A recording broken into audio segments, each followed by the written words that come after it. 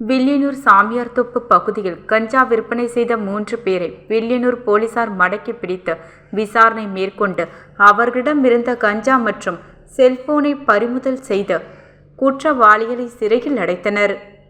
புதுச்சேரி வில்லியனூர் காவல் நிலையத்திற்கு உட்பட்ட சாமியார்தோப்பு பகுதியில் சிறுவர்கள் மற்றும் இளைஞர்களுக்கு கஞ்சா விற்பனை செய்வதாக ரகசிய தகவல் கிடைத்ததன் அடிப்படையில் விரைந்து சென்ற வில்லியனூர் போலீசார் கஞ்சா விற்பனை செய்த 3 பேரை பிடித்து காவல் நிலையம் அழைத்து வந்து விசாரணை மேற்கொண்டதில் கணுவாப்பேட்டை பகுதியைச் சேர்ந்த மூர்த்தியின் மகன் விண்ணரசன் என்கின்ற தினேஷ் என்பதும் அவருடன் கஞ்சா விற்பனையில் ஈடுபட்ட மற்ற 2 பேரும் சிறுவர்கள் என்பது தெரியவந்தது.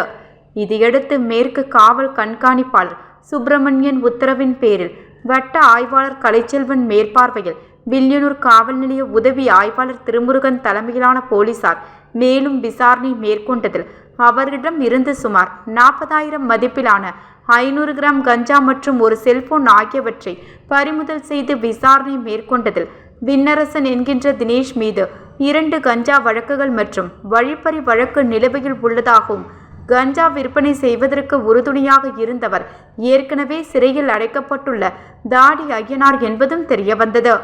இதையடுத்து கஞ்சா குற்றவாளி மீது வழக்கு பதிந்து மெஜிஸ்ட்ரேட் முன்னிலையில் ஆஜர்படுத்தி சிறையில் அடைத்தனர்.